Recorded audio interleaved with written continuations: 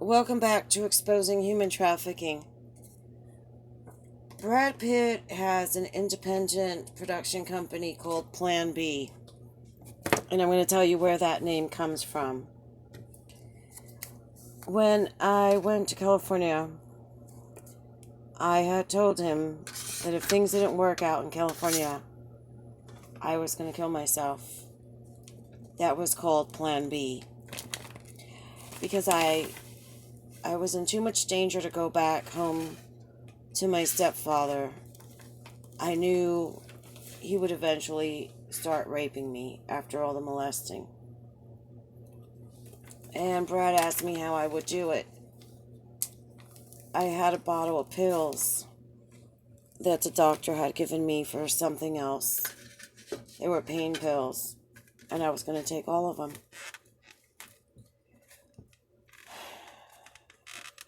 That's how desperate I was. You know, sometimes I sit here and I think I was so lucky to have the therapy that I had because I've never gotten suicidal again. Now I live to spite those that hate me. And I've become very strong. But as a 21-year-old girl, I was scared to death. And I had nowhere to turn to. My family knew what was going on. My extended family knew what was going on. Nobody did anything. My teacher suspected it, and nobody did anything. My mom knew, and she covered it up.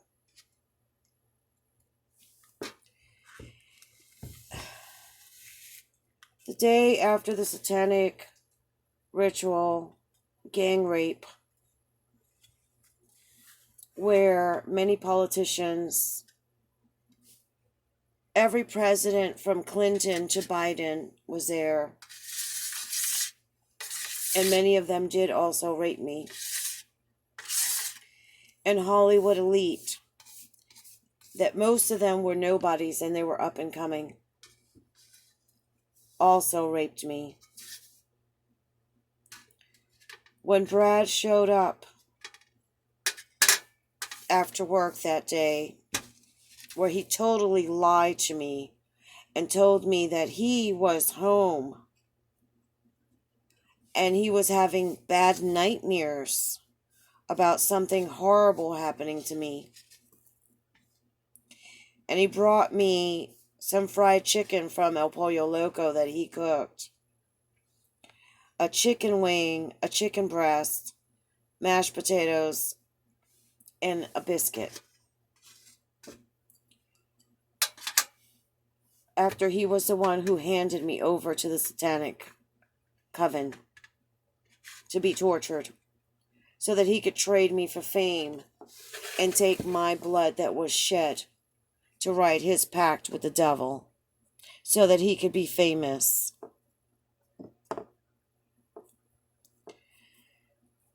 When he saw what had happened, he saw the mattress. A third of the mattress was drenched in blood. He immediately got my pills out of my things and dumped them down the toilet. Brad Pitt is a piece of shit. A liar. A manipulator. And a criminal. So later, after he married Jennifer Aniston, which was also organized at that ritual, Jennifer Aniston was there. And they said that he would be marrying her and not me. Because that's how Hollywood works. A lot of these marriages are arranged so that they can bring publicity to different celebrities and boost their careers, because a lot of these people did not have talent to begin with. So they basically have to have a media circus orchestrated to get these people out into the public eye. Well, he decided to make Plan B the name for his production company. When Brad Pitt also went to accept his Oscar, which they told him he could not win an Oscar until he finished a ritual, and that was by sodomizing me, which is what he did at my home January 11th, 2019, after my snacks had been drugged, not letting me know about it. It was done when I was out, and they were laced with some kind of drugs. So finally, after 30 years of him chasing me, trying to get me to do anal, to which he got rejected, pushed away, he had to resort to drugging me once more so that he can go get his Oscar.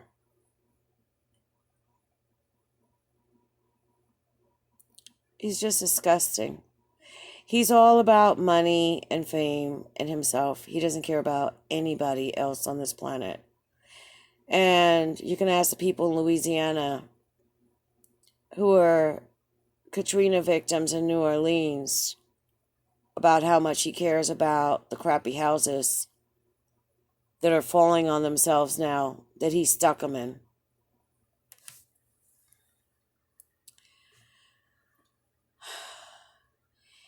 He decided to take his manager with him to the Oscar ceremony. And there's another reason for that, because I was supposed to be his manager. And he wanted me to go with him to all these movie premieres and award ceremonies. That's what he was telling me January 11th, 2019, right before he sodomized me against my will. So in his crazy mind, he went and he took his manager. I'm the one who gave him the term the Hollywood hunk to boost him into getting a better talent agency to sign him up, because he couldn't get anything done. I'm the one who told him, let's get some pictures of you and let's give you a name to set you apart from other actors. And he said, but I'm not from Hollywood. I can't be the Hollywood hunk. And I said, they don't know you're not from Hollywood and you are a hunk. Because I reiterate, I have a bachelor's degree in communications. A lot of my friends back in Puerto Rico were singers and celebrities, and I knew how they marketed themselves. And a lot of people that got far had some kind of nickname to set them apart from everybody else. My stepbrother had a camera. It was an 8mm film camera in his bedroom. And when I first saw it, I told him that that camera needed to be covered. He had it uncovered out of the case. And I told him, it's going to get all full of dust. It's going to get messed up. Little did I know he was using that camera just about every night after he drugged some poor innocent person from a nightclub or a bar or a restaurant or something and kidnapped them and had that person taken back to his townhouse on Lemner Street in Chatsworth, California, so that his friends could rape the person and they can make porn videos after editing it, to which they're still online this day, and he's still making money off of it. I didn't know what he was doing with that camera. I mentioned it to Brad, and Brad wanted to see it. When my brother wasn't, or my stepbrother, wasn't home one day, Brad asked if he could see it, and I told him yes.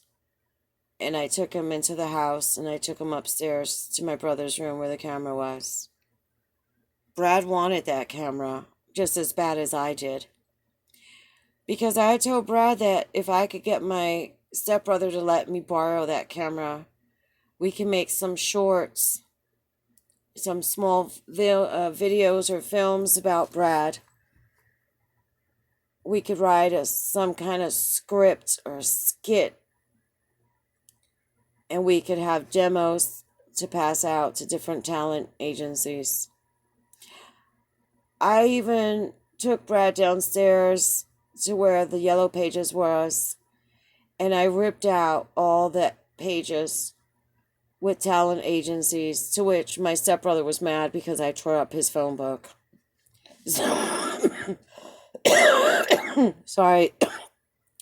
So that Brad could contact these people and we could start promoting him.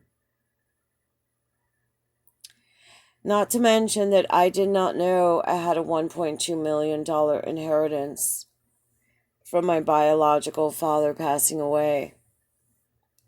With that money and with my know-how, we could have done something legally to promote Brad's career and have legal productions without any criminal celebrities involved.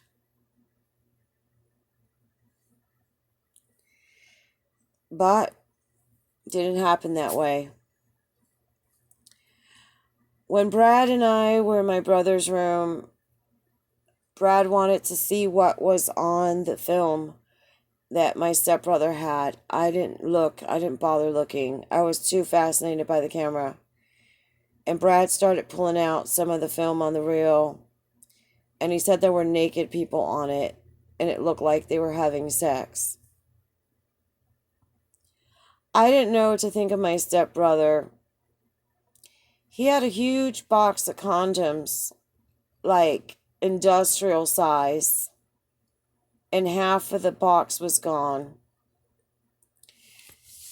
He also had another box with printed forms of contracts, like the one he gave me to do porn, to which I wrote no porn on it, when he told me it was to do a commercial for Spanish television. And I wrote no porn on it. And according to my stepbrother, George Bermudez Jr., he never got laid. Girls didn't like him. So when Brad said that there was some kind of porn, girly film on it, I thought maybe my stepbrother was a little creepy or a little perv, and maybe he watched those movies. Because he had the projector of the camera. It was the kind of camera that you could film with, and you can also project and see. And he had the projector aimed at this big wall.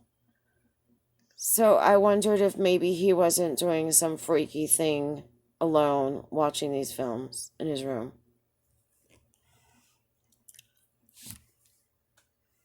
I don't know.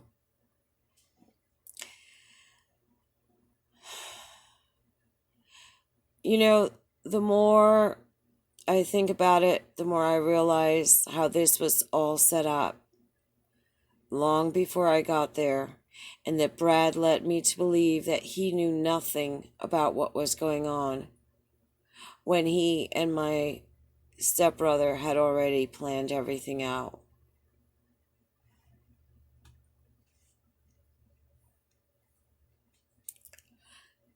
But I know I'm not their only victim.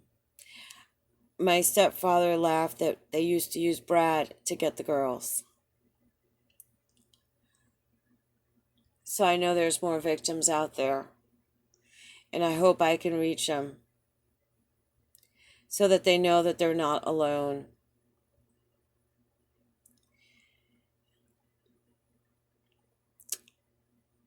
So that's where Plan B or comes from, Plan B Studios. And that's where Brad makes a lot of his movies where he mentions a lot of things. There is a lot of, I've never watched his movies, but I've seen clips here and there. And when I watch them, I'm like, oh, I remember doing that with him. Or I remember saying that with him. Or I remember this being going on when we were together. He basically took pieces of the times that we shared together and put them in his movies. Why? Probably because he can't be creative and invent something. So he had to take pieces of my real life because I guess maybe he thought my life was so exciting. I don't know. But then again, who knows the mind of a psychopath? So thank you very much. Give it a thumbs up. Sorry, tongue tied here.